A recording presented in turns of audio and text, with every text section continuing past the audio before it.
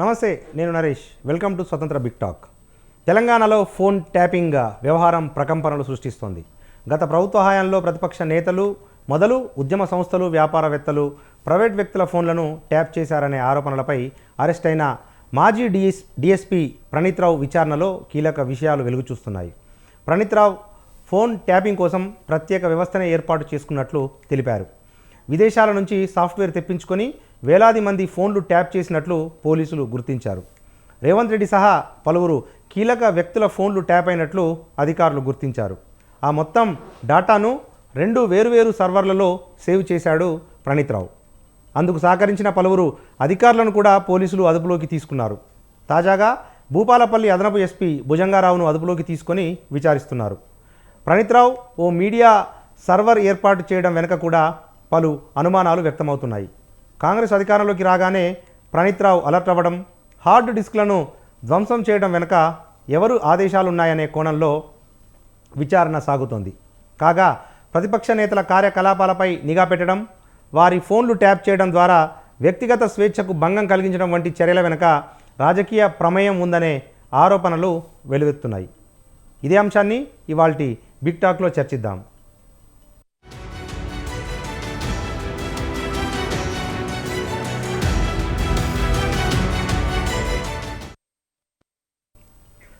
ఈ phone tapping వ్యవహారానికి సంబంధించి చర్చను ప్రారంభిద్దాం. మనతో పాటు చర్చలో పాల్గొంటున్నారు ప్రముఖ రాజకీయ విశ్లేషకులు డాక్టర్ తాటికేల జయరాం గారు, వారితో పాటు టీపీసీసీ అధికార ప్రతినిధి డాక్టర్ మద్ది శ్రీనివాసరెడ్డి గారు, బీజేపీ అధికార ప్రతినిధి గంగాపురం వెంకటరెడ్డి గారు మనకు లైవ్లో అందుబాటులో ఉన్నారు. మొదట మనం తాటికేల జయరాం గారి దగ్గర వెళ్దాం. రాజకీయ విశ్లేషకులు సార్. జయరాం గారు నమస్తే అండి. నమస్తే Naresh, how are you? Yeah fine sir, thank you. Sir ఏంటి సార్ ఇప్పుడు ఈ ఫోన్ ట్యాపింగ్లను ఎట్లా చూడాలి? ఎందుకంటే మొదట కేవలం ప్రణీత్రావు అత్యుత్సాహంతో చేశారు అని చెప్పి అందరూ అనుకున్నప్పటికీ ఇప్పుడు ప్రణీత్రావు తర్వాత ఇంకా చాలామంది రావులు తెర మీదకి వస్తూ ఉన్నారు. భుజంగరావు, దాని తర్వాత ఒక మీడియా సంస్థ అధినేత, ఇటువంటి పేర్లు, దామోదర్రావు వంటి పేర్లు తెర మీదకి వస్తున్న నేపథ్యంలో నిజంగా అంటే ఏ ప్రభుత్వాలైనా శాంతి భద్రతలను కాపాడేందుకు అనుమానాలు ఉంటే ఫోన్ ట్యాప్ చేయొచ్చు, కానీ దీనికి రాజకీయ రంగు పులుముతున్నారు అన్న ఒక విమర్శ కూడా కాంగ్రెస్ ప్రభుత్వం మీద కనిపిస్తోంది. ఏంటి సార్, దీన్ని ఎట్లా విశ్లేషిస్తారు? మీకు ప్యానెల్లో ఉన్న మిత్రులకు, స్వతంత్ర టీవీ ప్రేక్షకులకు మనస్ఫూర్తిగా నమస్కారాలు చెప్తున్నాను. నరేష్, దీంట్లో మనం ఒక విషయాన్ని చాలా క్లియర్గా గమనించాలి. అంటే నేను గత ఒక 10 రోజుల నుంచి ఈ అంశాలన్నీ మాట్లాడుతుంటే అనేక జిల్లాల లోపల నేను గ్రౌండ్ స్థాయి లోపల కొన్ని సందర్భాల లోపల మీటింగ్లకు అటెండ్ అయినప్పుడు ప్రజలు నాతో చెప్పింది ఏంటంటే, నాకు ఇంతవరకు ప్రజలు చెప్పేంత వరకు కూడా నా బుర్ర కూడా ఎలగలేదు. సో ప్రజలు ఇంత క్లారిటీగా ఉన్నారా, ప్రజల లోపల నిజంగా కూడా మనం చైతన్యం లేదనుకుంటుంటాము, ప్రజలు మనకంటే 100 రెట్లు ఎక్కువగా చైతన్యం ఉందన్న విషయాన్ని వాళ్ళు చెప్పిన మాటలు మీ ముందుకు తీసుకొస్తాను. కల్వకుంట్ల చంద్రశేఖర్ రావు గారు వచ్చేసేమో భూములను కొలగొట్టేసిండు, కల్వకుంట్ల కవితారావు వచ్చేసేమో ఆల్కహాల్ను కబ్జా పెట్టేసింది, కేటీఆర్ వచ్చేసేమో జిహెచ్ఎంసీని కబ్జా పెట్టేసిండు, సంతోష్ రావు వచ్చేసేమో ఆర్టిస్టుల పెట్రోల్ బంకులను కబ్జా పెట్టేసిండు, ప్రణీత్ రావు వచ్చేసేమో మందిర్ ఏం మాట్లాడుకుంటున్నారు, మనం చేసే దొంగతనాలు ఎవరు ఏం మాట్లాడుకుంటారో అని ఈయనతో ట్రాప్ చేసేది, ఇజ్రాయెల్ సాఫ్ట్వేర్ తీసుకొచ్చి ట్రాప్ చేసే ప్రోగ్రామ్ ఈయన పెట్టేసిండు, భుజంగారావు వచ్చేసేమో దీనికి కోఆర్డినేషన్ చేసిండు, ప్రభాకర్ రావు వచ్చేసేమో ఈ పంతనాన్ని మొత్తం గమనించేసేసిండు, కన్నారావు వచ్చేసేమో భూ కబ్జాలు పెట్టేసిండు. అరే ఇది ఇట్లా అనర్గళంగా ప్రజలు మాట్లాడుతున్నారు. ఓకే, అంటే ఇంత అనర్గళంగా, ఇంత క్లారిటీగా ఇంకా చాలా విషయాలు పాపం చెప్పారు, కానీ నేను మన టైంను కీలకమైంది కాబట్టి నేను చెప్పుకుంటూ కూడా అనవసరం చెప్తున్నాను. అంటే ఈ రకంగా ఎవడు పట్టినా రావే, ఎవడు పట్టినా రావే, ఈ రావులంతా ఎక్కడి నుంచి వచ్చిండ్రు, ఎక్కడి నుంచి వచ్చిండ్రు, మేమంతానేమో ఉద్యమాలు చేసేసి జీవితాలకు పొడగొట్టుకొని మొత్తము డిగ్రీలు, చదువులు, సర్వం కోల్పోతే ఎవడెవడో వచ్చేసి ఇన్ని రకాల కబ్జాలు పెడుతుంటే అంటే ఏందా అన్న విషయాన్ని ఒకసారి మనల్ని మనం ప్రశ్నించుకునే స్థితికి ఈరోజు ప్రజలు అంటున్నారు. సో ప్రజలు ఈరోజు ఇంత ఖచ్చితంగా మాట్లాడుతున్నారు. ఈ అన్ని అంశాలు ఒకటి. ఈరోజు చంద్రశేఖర్ రావు గారు రేవంత్ రెడ్డిని ఫోన్ ఇదే రకమైన ఫోన్ ట్యాప్ చేసేసి ఎర్రబెల్లి దయాకర్ రావు ఒక నీతి మాలిన వ్యవహారం చేస్తే రేవంత్ని ఇరికిచ్చేసి తన కన్న కూతురు నిశ్చితార్థం అనేది కూడా చూడకుండా మధ్యరాత్రి దొంగను పట్టుకెళ్తే ఇప్పుడు ప్రజలు ఏమని ప్రశ్నిస్తున్నారంటే ఇంత చేసినా కూడా మరి వీళ్ళని ఎందుకు అరెస్ట్ చేయడం లేదని అనుమానాలు వస్తున్నాయి. సో ఇవన్నీ చేశారు కదా, కాంగ్రెస్ ప్రభుత్వాన్ని పూలదోసేశారు. ఒకసారి కాంగ్రెస్ లో ఉన్న ఎమ్మెల్యేలను లాగేసుకున్నారు, సిఎల్పిని లేకుండా చేసేశారు, రేవంత్ వచ్చి జైల్లో పెట్టించేశారు, మిగతా వాళ్ళని వచ్చేసి భయభ్రాంతులు క్రియేట్ చేశారు. ఇంత క్రియేట్ చేసిందంతా ఈ phone tapping connected with phone tapping. అంటే ఎవరు ఏం చేసినా ఏం మాట్లాడుకున్నా కూడా ఫోన్ ట్యాపింగ్ అంటే ఎదుటి వ్యక్తి బెడ్రూమ్ లోకి వెళ్ళేసి తొంగి చూస్తున్నట్టు లెక్క. ఓకే, మరి ఇంతటి నీచాతి నీచమైన కార్యక్రమానికి రాజ్యాంగబద్ధంగా ఎలక్ట్ అయ్యి చేసే ఈ కార్యక్రమాలకు అవేమో పక్కన పెట్టేసిండు, పక్కోడి పడక కథలో ఏమున్నాయి అనే విషయం తొంగి చూస్తాం మొదలు పెట్టేసిండు. ఇది ఎంతవరకు నీతి నియమాలతో కూడుకున్నదన్న విషయాన్ని చంద్రశేఖర్ రావు ఒక్కసారి ఆత్మ పరిశీలన చేసుకోవాలి. ఈ రావులంతా కూర్చేసుకొని మనం చేసిన దోపిడీ దొంగతనాలు ప్రజల ముందు ఉంచింది కదా, ఈ రోజు ప్రజలు మన ముందు ఏం మాట్లాడతారు అనే విషయాన్ని ఒక్కసారి అర్థం చేసుకొని మాత్రం బాగుంటుంది. అంటే కన్నారావు అంటోడు కూడా కల్వకుంట్ల కన్నారావు అన్న పేరుతోనున్న ఈ వ్యక్తి వేల ఎకరాలు భూ కబ్జాలు భూదందాలు చేసే కార్యక్రమాలు ఏదో వీళ్ళంతా వేల ఎకరాలు, ఎవడు కూడా ఏదో వందలలో ఉన్నాయని మనం అనుకుంటాం, మన భ్రమ. వేల ఎకరాలు కొల్లగొట్టేసి ఈ రోజు ఇంత దొంగలు వచ్చేసి ఈ రోజు భూతల్లిని చెరబట్టినంత పని చేశారు. అంటే ఈ రోజు ఎవరి మీద ఎందుకు చర్యలు ఉండకూడదు, ఇంకా లేట్ అవుతున్నాయని ప్రజలు అంటున్నారు. ఇంకా లేట్ అవుతుంది, ఎవడెవడున్నాడో అందరిని తీసుకొచ్చేసి కాళేశ్వరం ప్రాజెక్టు విషయంలో ఇలానే చేయాలి, మిషన్ భగీరథలో ఇలా విషయం చేయాలి, హరీష్ రావు చేసిన విషయంలో ఇలానే చేయాలి, కేటీ రామారావు చేసిన విషయంలో ఇలానే చేయాలి. ప్రతి అంశంలో ఇంత స్పీడ్ పెంచేసి ఒక్కొక్కడి అంశాలను ప్రజల ముందు పెట్టేసి కడగాలి అడగాలి. ఇంకా వీలైతే కాంగ్రెస్ ప్రభుత్వం అప్పులు వెళ్లాల్సిన పని లేదు, లక్షల కోట్ల ప్రజాధనము వీళ్ళ దగ్గర ఉంది, వీళ్ళను కొల్లగొడితే జాతీయం చేయాలంటారు. 6 గ్యారంటీలు కాదు 60 గ్యారంటీలు ఇవ్వచ్చు. ఆ గ్యారంటీలకు 4 రోజులు తొందర ఏం లేదు, 4 రోజులు లేట్ అయినా పర్వాలేదు, కానీ వాళ్ళ దగ్గర డబ్బులు లాక్కొచ్చి ప్రజల ముందు పెట్టండి అని ప్రజలు అడుగుతున్నారు. ఇదే విషయాన్ని డైరెక్ట్ గా నేను రేవంత్ రెడ్డి చెప్తున్నాను. Right sir, right. మనతో పాటు టీపీసీసీ అధికార ప్రతినిధి డాక్టర్ మద్ది శ్రీనివాస్ రెడ్డి గారు ఉన్నారు. సార్ మద్ది శ్రీనివాస్ రెడ్డి గారు నమస్తే. రైట్, మ్యూట్లో ఉన్నట్టున్నారు సార్, అన్మ్యూట్ చేయండి. శ్రీనివాస్ రెడ్డి గారు, ఇప్పుడు ప్రధానంగా ఏ ప్రభుత్వాలైనా ఈ అసాంఘిక శక్తులు లేకపోతే శాంతి భద్రతల దృష్ట్యా ఫోన్ ట్యాపింగ్లు చేస్తూనే ఉంటాయి. కానీ గత ప్రభుత్వం ఫోన్ ట్యాపింగ్లు చేసింది అని చెప్పి మీరు గోప్యంగా రహస్యంగా చేయకుండా ఇట్లా ఓపెన్గా ఈ విచారణ పేరుతోటి ఫలానా భుజంగరావు ఉన్నారు, తిరుపతిరావు ఉన్నారు, ప్రణీత్రావు ఉన్నారు, శ్రావణరావు ఉన్నారు అని చెప్పి ఇటువంటి పేర్లను మీ ప్రభుత్వం బయటపెట్టడం ద్వారా అంతిమంగా అది మీకు కూడా నష్టమే కదా. ఎందుకంటే మీ ప్రభుత్వం కూడా కొందరు ఫోన్లు ట్యాప్ చేయించాల్సిన అవసరం ఉన్నప్పుడు మరి ఏంటి మీ సమాధానం? నమస్తే నరేష్ గారు, అదేవిధంగా అక్కడ ఉన్నటువంటి ప్యానల్ అందరూ కూడా, సోందరెడ్డి ప్రజానికం అందరూ కూడా గుడ్ ఈవినింగ్ అండి. గుడ్ ఈవినింగ్ అందరికి. యాక్చువల్గా ఏంటంటే అండి, ఎస్ఐబి ఏదైతే ప్రభాకర్ రావు గారు దానికి హెడ్ ఎస్ఐబికి, దాంట్లో ఉన్నటువంటి ఈ ప్రణీత్ రావు గారు ఏం చేశారంటే, ఆయన ప్రతిపక్ష పార్టీలో రియల్ ఎస్టేట్ చేసే వాళ్ళ యొక్క వ్యక్తిగత సమాచారం సేకరించిన కోసం వీళ్ళు ఒక సాఫ్ట్వేర్ తీసుకున్నారు. మరి ఆ సాఫ్ట్వేర్ తోటి కూడా ఏం జరిగిందో మనం అందరం చూస్తారు. అది ఇజ్రాయెల్ నుంచి కూడా దిగుమతి చేసుకున్నట్టు కూడా జరిగింది. మరి దానికి సంబంధించినటువంటి ఉపకరణాలు ఏదైతే ఎక్విప్మెంట్స్ కూడా తీసుకున్నారు. యాక్చువల్ గా ఇట్లాంటివి తీసుకోవాలంటే మాత్రం అంటే కేంద్ర హోంమంత్రిత్వ శాఖ నుంచి పర్మిషన్ తీసుకోవాలి. అది అదే విధంగా ఫ్యాక్టో దీనికి సంబంధించిన పోస్ట్ ఫ్యాక్టో కొన్ని టెర్మినాలజీలు కొన్ని ఉంటాయి. అట్లాంటి అనుమతులు అంటే తీసుకోవాలి. అలాంటి అనుమతులు తీసుకోకుండా వీళ్ళు చేసినట్టుగా కొంతవరకు అనుమానాస్పదంగా ఇప్పటివరకు కూడా. అంటే ప్రేమ బేస్ ఏదైతే ప్రాథమికంగా చేసినటువంటి అంచనా ఏంటంటే, మరి వాటికి 6 రోజులు అంది. మరి మనం చూస్తున్నాము ప్రణీత్ రావు గారిని మనం పోలీసు వారి వాళ్ళని కూడా దర్యాప్తు వాళ్ళు అడుగుతున్నారు, ఇంటరాగేషన్ చేస్తున్నారు, ఇన్వెస్టిగేషన్ చేస్తున్నారు. ఆయన పలు ఆసక్తికరమైనటువంటి విషయాన్ని కూడా ఇలా బయటకు పెడుతున్నారు. మరి ఒక వ్యక్తిగతంగా ఒక ప్రైవేట్ సైన్యం లాగా ఒక ప్రభాకర్ రావు గారి టీము ఎస్ఐబిని ఒక ప్రైవేట్ సైన్యం లాగా రియల్ ఎస్టేట్ చేసే వాళ్లకు, గోల్డ్ వ్యాపారస్తులకు, లేకపోతే ప్రతిపక్ష పార్టీ నాయకులకు వాళ్ళ యొక్క వ్యక్తిగత జీవితాన్ని దొంగి చూడడం అనేది చాలా నేరం. ఇది దారుణం కూడా, ఈ చట్ట ప్రకారం కూడా క్షమించడం నేరం. మరి అది యాక్చువల్గా ఏదైనా చేయాలనుకున్నప్పుడు, మీరు అడిగారు నరేష్ గారు, ఏదైనా చేయాలన్నప్పుడు ఖచ్చితంగా దానికి ఒక పర్మిషన్ తీసుకోవాలి. ఎందుకు చేస్తున్నాం కూడా చెప్పాల్సిన అవసరం ఉంటుంది. ఒక న్యాయవాది కూడా నేను చెప్తున్నాను. సో ఎలాంటి పరిమితులు లేకుండా, పర్మిషన్ లేకుండా చేసి ఇవాళ వాళ్ళని బ్లాక్ మెయిల్ చేసి, ఈ ప్రణీత్ రావు గారు అయితే మీరు అన్నట్టుగా మరి భుజంగరావు గారు, ప్రభాకర్ రావు గారు, దామోదరరావు గారు, ఒక రావుల కూటమిలాగా ఏర్పడి వీళ్ళందరూ కూడా యాక్చువల్గా మీరు ఒకటి గమనించండి, సౌందర్య టీవీ ప్రేక్షకులు కూడా వీళ్ళకి చాలా మంది కూడా ఎలిజిబిలిటీ లేకపోయినా కూడా ప్రమోషన్లు అంటే ఇవ్వడం జరిగింది. అదే విధంగా రిటైర్ అయిన వాళ్ళకి కూడా ఒక జీవో ఇష్యూ చేసి కూడా మళ్ళీ ఫర్దర్ గా సర్వీస్ ను కూడా కొనసాగించడం జరిగింది. వీళ్ళకి కొంతమందికి ఏమి ప్రతిభ లేకపోయినా కూడా యాంగ్జలరీ ప్రమోషన్, వీళ్ళు చాలా తురుంకాలని చెప్పేసి యాంగ్జలరీ ప్రమోషన్ చేసి కూడా చాలా మంది రావాలని కూడా కేసీఆర్ తీసుకొచ్చారు. ఓకే, టాలెంట్ ఉంటే తీసుకురావడం మేమేం కాదని, ఎందుకంటే ఎవరికాడైనా ప్రభుత్వం ఉపయోగపడుతుందంటే తీసుకురావచ్చు. కానీ ఇక్కడ చాలా మందిని యాంగ్జలరీ ప్రమోషన్ కల్పించుకొని తీసుకురావడం, ఒక మామూలు అధికారి తీసుకొచ్చి మనం కూడా చూసాం గతంలో, మామూలు అధికారి పోలీస్ డిపార్ట్మెంట్ తీసుకొచ్చి అంతకంటే పై అధికారి మీద హెడ్ చేయటము, ఇట్లాంటి సంఘటనలు జరిగాయి. ఇవన్నీ ఏంటంటే కేసీఆర్ ఏం చేసిందంటే తన యొక్క కులాల్లో ఉన్నటువంటి వాళ్ళందరూ కూడా ఇవాళ రాజకీయం కోసం వాడుకొని ప్రతిపక్ష పార్టీల మీద ఉసుకో అని చెప్పేసి ఒక కుక్కల్ని ఊర కుక్కల్ని ఉసుగొలిపినట్టు చేశారు. వాళ్ళు రెచ్చిపోయి ఇక మేమే ఇక్కడ ఎవరు లేరు, ఈ రాజ్యం మా జీవితకాలం మేమే ఉంటాం ప్రతిపక్షంగా, కాంగ్రెస్ రాదు ఇంకే పార్టీ రాదని కూడా వాళ్ళు ఒక రకమైనటువంటి ఫీలింగ్, ఒక రకమైన సైకో డిజార్డర్లకు పోయి వాళ్ళు ఈ విధంగా చేయడం జరిగింది. ఇవి చాలా నేరం, దారుణం కూడా ఇవాళ. ఎందుకంటే మనం చూస్తున్నాం ఇవాళ అన్ని ఛానల్ కానీ అన్ని ప్రధాన దినపత్రికలు అన్ని పత్రికలు కూడా ఇదే వచ్చింది. అలా ప్రణీతరావు ఎవరి ప్రణీతరావు అని కూడా ఆలోచన వచ్చింది. ఈ దుగ్గేల ప్రణీతరావు గారు కూడా చాలా ఆ డిఎస్పీ స్థాయిలో ఉన్న ఒక వ్యక్తి, ఆయనకు ఫుల్ పవర్స్ ఇచ్చారు ప్రభాకర్ రావు గారు ఎస్ఐబి టీమ్ కి హెడ్ ఆయన.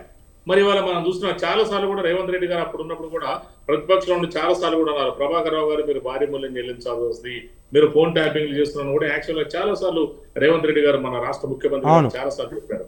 మరి ఇవాళ వాళ్ళైనా పట్టించుకోకుండా కనీసం అంటే ఇది యాక్చువల్ గా ప్రైవేట్ సైన్యమా, ఇదేమా రాజ్యాంగాన్ని ఎవరైనా చేసినా కూడా రాజ్యాంగానికి లోబడి చేయాలి. ట్యాపింగ్ అనేది అంటే ఎక్కడ దానికి పెద్ద కేంద్ర హోంమంత్రిత్వ శాఖ నుంచి పర్మిషన్ తీసుకోవాలి, దాని లెక్కలు వేరే ఉంటాయి. దానికి అవి ఏం లేకుండా ఊరికనే రియల్ ఎస్టేట్ వాళ్ళు అంటే హైదరాబాద్ రియల్ ఎస్టేట్ అంటే కోట్ల రూపాయలు ఉంటుంది, వాళ్ళని బ్లాక్ మెయిల్ చేయడం, వాళ్ళ వ్యక్తిగత జీవితాలని వాళ్ళ వ్యక్తిగత వాటిని మనం తెలుసుకోవటం, అదేవిధంగా గోల్డ్ షాపు డైమండ్ వాళ్ళని ఇట్లాంటి బిజినెస్ మెన్ కూడా వాళ్ళు టార్గెట్ చేసి మరి వాళ్ళు చేయడం జరిగింది. వాళ్ళకి పలు సంచలనం వైపు చేయాలి. కేసు ఏంటంటే ఒక పక్క రాష్ట్రంలో సీట్లు ఎవరికి ఇస్తారంటే ఎంత టెన్షన్ ఉందో, ఇవాళ అంతగా మించినటువంటి ఒక థ్రిల్లింగ్ సస్పెన్స్ క్రైమ్ థ్రిల్లర్ లాగా ఇవాళ ప్రణీతరావు ఎపిసోడ్ కూడా గత మనం 17వ తారీఖు నుంచి కూడా చూసుకుంటూ వస్తున్నాం. మనం ఆ రోజు ఆయన జుడిషియల్ కస్టడీకి ఇచ్చారు, తర్వాత పోలీస్ కస్టడీ కూడా పోయారు. మరి వాళ్ళ 6 రోజులు 7 రోజులు కూడా ఆయన పోలీసు వారు కూడా మరి అడగడం జరిగింది. ఆయన పలువురు పేర్లు కూడా చెప్పారని అంటున్నారు. ఇంతకుముందు కూడా నేను టీవీలో కానీ సోషల్ మీడియాలో కానీ చూశాను. మరి ఇంకా మరి ఎటువైపు తిరుగుతుందో కూడా అర్థం కావట్లేదు. ఎందుకంటే ఇది అంత ఈజీగా పోయేది కాదని కూడా నేను అనుకుంటున్నాను ఒక న్యాయవాదిగా. తీగలాగితే డొంకంత కదిలినట్టుగా అదే పరిస్థితి రావచ్చు ఖచ్చితంగా. ఎందుకంటే ప్రణీతరావు గారు కానీ దీని అనుకున్నటువంటి ప్రభాకర్ రావు గారిని ఎవరైనా కూడా దీంట్లో భారీ మూల్యం చెల్లించాల్సి వస్తే, ఇంకెవరైనా పేర్లు ఉంటే కూడా ఆ పేర్లు కూడా ఒక్కొక్కటిగా వెలుగులోకి వస్తాయని కూడా నేను ఈ సందర్భంగా మరి సౌందర్య టీవీ ప్రజానికని కూడా తెలియజేస్తున్నాను. ఇది ఎట్లాగో నరేష్ గారు, ఇది ఎవరు కూడా క్షమించలేని నేరం. ఇది ఎట్టి పరిస్థితిలో కూడా ఇది ఎంత బ్లాక్ మెయిల్ చేశారో మనం అర్థం చేసుకోవచ్చు. ఇవాళ ఒక్కసారి ఇవాళ వాయిస్ రికార్డ్ పెట్టిన తర్వాత ఇవాళ ఒకరితో ఒకరు మాట్లాడాలంటే ఇవాళ మనం జనరల్ గా సమాజంలో భయపడే పొజిషన్, అందరూ వాట్సాప్ కాల్లో మాట్లాడుతున్నారు. అట్లాంటిది మన వ్యక్తిగతంగా మన పర్సనల్ ఉంటే అవన్నీ కూడా వీళ్ళు తీసుకొని ఆ వ్యక్తిని ఎమోషనల్ బ్లాక్ మెయిల్ చేసి డబ్బులు గుంజి అలా కోట్ల రూపాయలు దోసుకున్న పరిస్థితులు కూడా వచ్చినాయి. వీళ్ళు స్వతంత్రంగా సర్వర్లు ఒక 2 సర్వర్లు పెట్టుకొని ఆ సర్వర్లను ఒక 2 పార్ట్లుగా దాచుకొని మన హార్డ్ డిస్క్ రూపంలో పెట్టుకోవాలంటే ఏంటి ఇది ఒక వ్యక్తిగత జీవితాలు తొమ్మిది చూసినట్టే కదా. ఇది చాలా నేరం. దీంట్లో రకరకాల చట్టాలు వస్తాయి. ఫోన్ ట్యాపింగ్ చట్టం వస్తుంది, సైబర్ క్రైమ్ వస్తుంది, క్రిమినల్ చట్టాలు వస్తుంటాయి, చాలా స్పెషల్ టెలిగ్రాఫిక్ చట్టాలు కూడా వస్తుంటాయి. దీంట్లో చాలా పెద్ద కేసు ఇది. దీని మీద ఇంకా ఫర్దర్ కూడా మంచి ఇన్వెస్టిగేషన్ జరుగుతుంది. ఇంకా ఇట్లాంటి ముందుకు పోవాలని కూడా నేను కాంగ్రెస్ పార్టీ రాష్ట్ర అధికార ప్రతినిధిగా కోరుకుంటున్నాను. రైట్. మనతో పాటు బీజేపీ అధికార ప్రతినిధి గంగాపురం వెంకటరెడ్డి గారు ఉన్నారు. వెంకటరెడ్డి గారు నమస్తే అండి. నమస్తే. రైట్ వెంకటరెడ్డి గారు, మీరు చూస్తూ ఉన్నారు గత 100 రోజులుగా తెలంగాణ రాజకీయాల్లో ఏం జరుగుతోంది.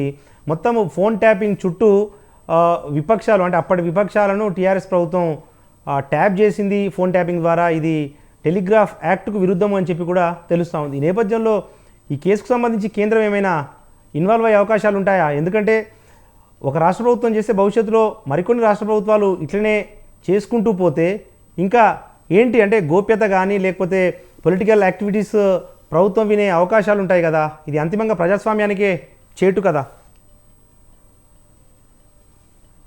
వెంకటరెడ్డి గారు. హరీష్ గారు, మీరు అన్నట్టుగా ఇది చాలా ప్రమాదకరమైనటువంటి హెచ్చరిక. భారత ప్రజాస్వామ్యంలో అంబేద్కర్ గారు రాసినటువంటి రాజ్యాంగం లోపల ప్రాథమిక హక్కులల్లా భావ ప్రకటన స్వేచ్ఛ అనేటువంటిది చాలా జాగ్రత్తగా దాన్ని నిర్దేశించడం జరిగింది, రక్షించడం జరిగింది. అనేక సందర్భాల లోపల కోర్టులు కూడా భావ ప్రకటన స్వేచ్ఛ భంగం జరిగినప్పుడు జోక్యం చేసుకొని చారిత్రకమైనటువంటి జడ్జిమెంట్స్ ఇచ్చినటువంటిది మీకు నాకు అందరికీ తెలిసినటువంటి అంశమే. ఈవెన్ ఎమర్జెన్సీ కాలంలో కూడా ఇంత టెక్నాలజీ లేదు కాబట్టి ఆనాడు మామూలుగా అరెస్టులు చేసి ఉండొచ్చు, రకరకాలుగా జరిగి ఉండొచ్చు. కానీ ఒక రహస్యమైనటువంటి పద్ధతి లోపల, అంటే ఏమిటి, అసలు మనకి ఏం జరుగుతుందో తెలియనటువంటి పరిస్థితి లోపల ఈ భావ ప్రకటన చర్చ కేసీఆర్ ప్రభుత్వం అనేటువంటిది అణిచివేయడానికి. ఎందుకంటే బహుశా కేసీఆర్ గారు ఆ అక్షరమే చదువుకున్నాడేమో అనిపిస్తుంది మనకు. ఆధిపత్యము, అణిచివేత, అహంకారము, అవినీతి, ఈ కోణంలోనే ఆయన జీవితం అంతా నడిచింది అనేటువంటిది మన గత 10 సంవత్సరాలుగా ఉద్యమకారుడుగా ఆయనకు ఉండేటువంటి స్థానం ఆయనకు ఉంటుంది, వేరే సంగతి. 2014 నుంచి ఈనాటి వరకు జరిగినటువంటి పరిస్థితిని మనం ఒక అంచనా వేసి విశ్లేషిస్తే స్పష్టంగా కనపడుతున్నటువంటి హరీష్ గారు ఏంటంటే, వ్యక్తి యొక్క భావ ప్రకటన స్వేచ్ఛను అణిచివేయడం. దీంట్లో ఒక 3-4 అంశములు ప్రధానంగా కనపడుతుంది. ఒకటి, భావ ప్రకటన స్వేచ్ఛను హరించివేయడం జరిగితే ఎవరు కూడా ప్రశ్నించే గొంతులు ముందుకు రారు అనేటువంటిది ఒక భాగం. రెండవది, భావ ప్రకటన స్వేచ్ఛను ఉపయోగించి మీరు అన్నట్టుగా ప్రణీత రావు, ప్రభాకర్ రావులు, రావులు, అది కూడా విచిత్రం ఏంటంటే తన సామాజిక వర్గానికి సంబంధించినటువంటి వాళ్ళని మాత్రమే పోలీస్ అధికారులకి బాధ్యతలు అప్పచెప్పి తద్వారా సమాచారాన్ని సేకరించి బ్లాక్ మెయిలింగ్ పాలిటిక్స్ అనేటువంటిది చాలా పద్ధతి లోపల ఎవరికి తెలియకుండా జరుపుతున్నటువంటి పరిస్థితి మనకు కనపడ్డది. ఇప్పుడు మాలాంటి నేను ఒక 10 సంవత్సరాలు కోదండరామ్ గారితో పనిచేసిన, మీకు అందరికీ తెలిసిన కోదండరామ్ గారి ఫోన్ ఎప్పుడు ట్యాప్ లో ఉండేది. మాకు అర్థం కాకపోతుంది ఏంది, మేము ఏదైనా కార్యక్రమం చేస్తే అది ఆటోమేటిక్ గా తెలిసినటువంటిది. నేను పేరు చెప్పను కానీ ఒక డీసీపీ స్థాయి అధికారి ఒక 8 సంవత్సరాలు రిటైర్ అయిన తర్వాత 8 సంవత్సరాలు అప్పుడు మా తెలంగాణ జేఏసీ కానివ్వండి, జనసమితి కానివ్వండి, దాన్ని ఎప్పుడు మానిటర్ చేస్తుండేవాడు. అప్పుడప్పుడు నాకు లైన్లోకి వచ్చినటువంటి వాడు, మాట్లాడేటువంటి వాడు. అంటే మీరు ఏంటి సార్ అనేటువంటిది అన్నప్పుడు, సరే మన మీద ఉన్న కొంత అభిమానంతోనే దానితోనే అతను చెప్తున్నటువంటిది ఏమిటంటే, 7-8 సంవత్సరాల నుంచి మేము అట్లాగే కొనసాగుతున్నాము రిటైర్ అయిన తర్వాత. అంటే రిటైర్ అయినటువంటి వాళ్ళ ద్వారా సమాచారాన్ని సేకరించి, బ్లాక్ మెయిలింగ్ అంటే ఏమిటి, నేను ఇంతకుముందు చెప్పినట్టుగా ఈ సమాచారం ద్వారా పర్సనల్ వ్యక్తిగత జీవితంలోకి వెళ్ళడము. ప్రతి వ్యక్తికి కొంత వ్యక్తిగత జీవితం ఉంటుంది హరీష్ గారు. కొన్ని విషయాలు మనం అవునన్నా కాదన్నా కూడా ఉంటాయి. అది వ్యాపార సంబంధమైన ఉండొచ్చు, లేకపోతే మహిళలకు సంబంధించి ఉండొచ్చు, లేకపోతే డబ్బుకు సంబంధించి ఉండొచ్చు, రాజకీయాలకు సంబంధించి ఉండొచ్చు, లేకపోతే ఇతరత్ర అనేక సంబంధాలు ఉన్నటువంటి పరిస్థితుల లోపల వాటిని ఒక దగ్గర క్రోడీకరించి తర్వాత బ్లాక్మెయిల్ చేసి వందలాది కోట్ల రూపాయలు సంపాదించినట్టుగా నిన్న మొన్న మనకు కనపడుతున్నటువంటి ఎంక్వైరీలో, విశ్లేషణలో మనకు కనపడుతున్నటువంటిది.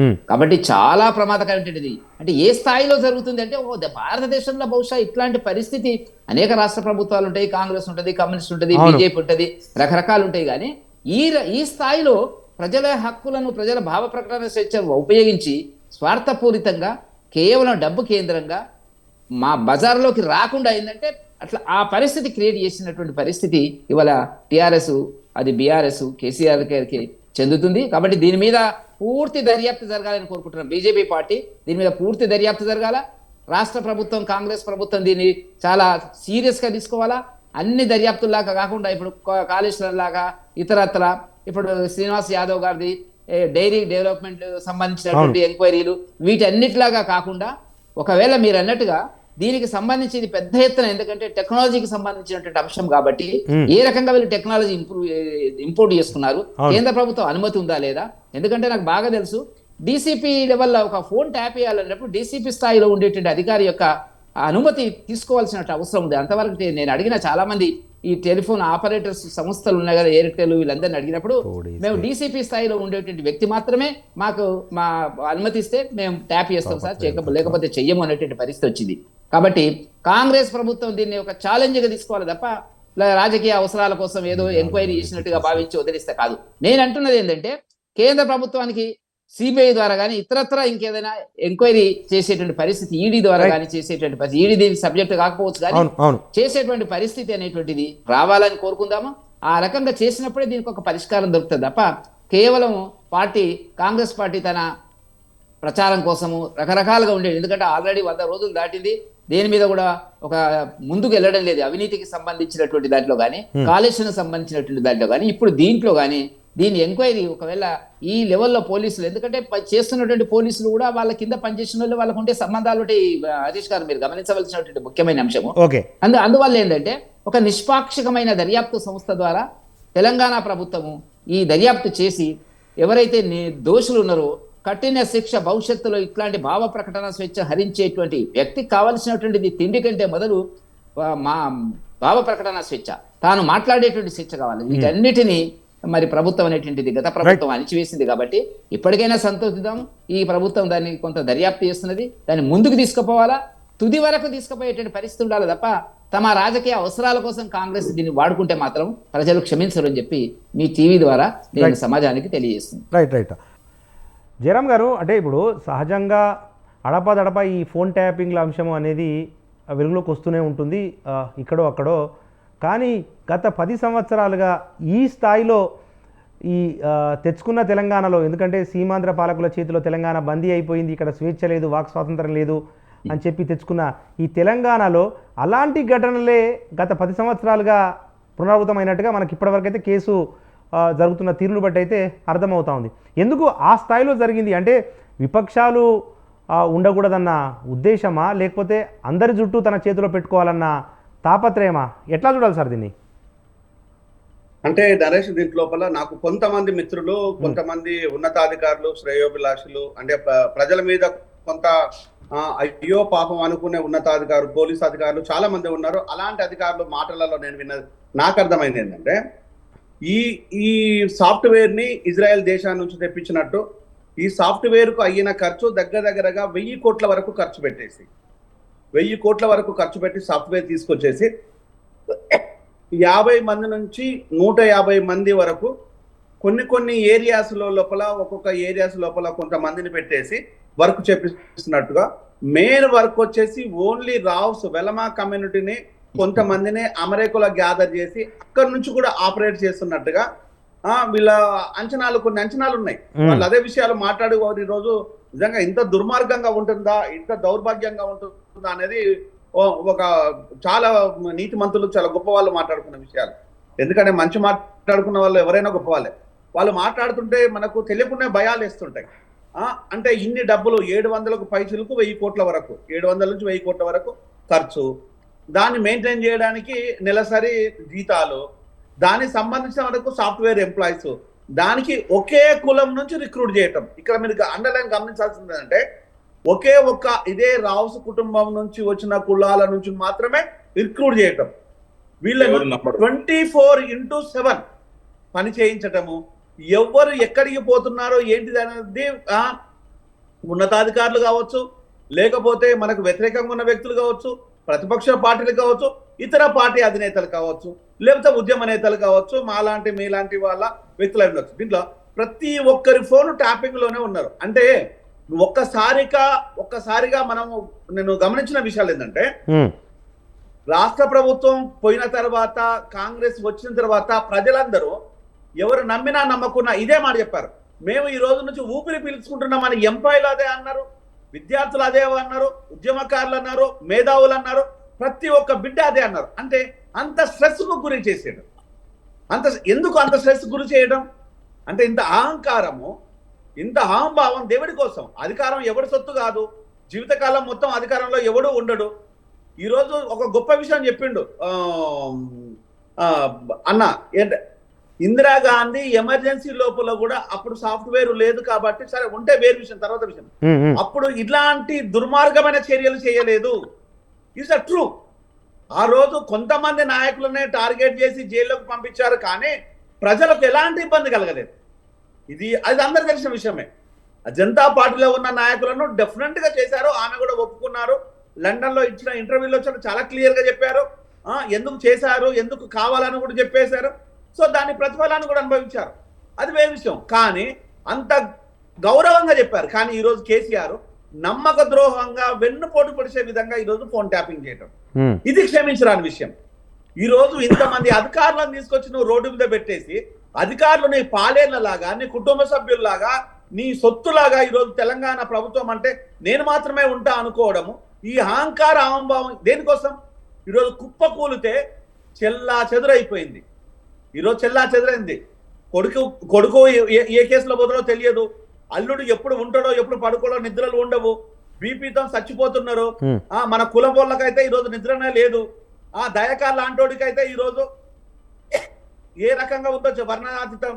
ఈరోజు ఏం ఉద్ధరించినావు కనుక నువ్వు ఎవరి కోసం 80,000 బుక్కులు చదివి ఇంత నీచాతి నీచమైన కార్యక్రమాలా చేసేది? 80,000 బుక్కులు చదవడం అనేది ఒక డైలమా, వెరీ బిగ్ క్వశ్చన్. నేను చాలా సందర్భాల్లో చెప్పాను, 6 పుస్తకాలు చదివిన మేము ఇంత అనర్గళంగా ఇంత ఉన్నతంగా మాట్లాడితే 80,000 చదివిన వాడు ఇంకెంత ఉన్నతంగా అన్నారు కదా, ఇంకెంత నీతి నిజాయితీతో ఉండాలి. అంటే ఈ రోజు గత ప్రభుత్వంలో నీతి అనేది మైక్రోస్కోప్ కింద పెట్టి వెతికినా దొరకదు. మైక్రోస్కోప్ కింద అంటే ఇంత దారుణంగా ఉండడం అనేది దుర్మార్గమైన విషయం. అంటే ఎప్పుడైనా కూడా ప్రజల మన్ననలను పొందు, ప్రజలు ఈ రోజు నీ కోసము ప్రాణాలు అర్పించి 1300 మంది కుటుంబాల మీద, ఆ శవాల మీద, ఆ త్యాగాల మీద, ఆ బలుల మీద ఈరోజు నువ్వు కుర్చీ చేసుకొని 10 సంవత్సరాలు దేశాన్ని రాష్ట్రాన్ని కొల్లగొట్టడమే కాకుండా విచ్చలవిడి డబ్బు దేశీ నేత అనే పేరు మీద 1,000 కోట్ల రూపాయలు ఓన్లీ పబ్లిసిటీ మీద కట్ చేశావు. ఈ రోజు సాఫ్ట్వేర్ మీద ఇంకో 1,000 కోట్లు, వాళ్ళను పెంచి పోషించడం కోసము 1,000 కోట్లు. ఎవడి అపసొమ్ము, ఎవరి తాత జాగినిదంతా? ఇవన్నీ ఒక స్కూల్ పెట్టపోయావా, ఓ హాస్పిటల్ పెట్టపోయావా, ఒక అన్నం లేనివాడికి అన్నం పెట్టపోయావా? విచిత్రం. ఈ రోజు నీకు పాలాభి చేసిన వాళ్ళు ఈ రోజు నీకు బడిత పూజ చేయడానికి, నీ ప్రభుత్వంలో ఉన్న వ్యక్తులకు బడిత పూజ చేయడానికి ప్రజలు వెయిట్ చేస్తున్నారు. దాన్ని నేను చెప్పాలి. ఈరోజు ఎంత దుర్మార్గం అంటే, ఇంతటి దుర్మార్గము చేసి కూడా మౌనాన్ని పాటించడం అనేది నిజంగా అది సారుకు మాత్రమే చెల్లుబాటు అవుతుందేమో అనేది ఈరోజు ప్రజలు అనుకుంటున్న విషయం. అంటే మాలాంటి వాళ్ళము ఓన్లీ ప్రజలకు ప్రభుత్వానికి మధ్యలో వారధుల్లాగా ఉంటాము, ప్రజలకు ప్రభుత్వాన్ని మధ్యలో వాయిస్ లాగా ఉంటాము. అవసరమైతే ప్రభుత్వాలను అడుగుతాము, నిలదీస్తాము. అది ప్రజాస్వామిక బద్ధంగా ప్రజల హక్కుల కోసము గౌరవంగా నిజాయితీగా ప్రజల అంశాలను ప్రభుత్వం ముందు పెట్టే వ్యక్తులం. మమ్మల్ని కూడా వదిలేదు, మా మీద కేసులు కూడా పెట్టడం మానేయలేదు. అంటే ఎప్పుడైనా ఉన్నదా ఇదంతా? మాట్లాడము స్వేచ్ఛ.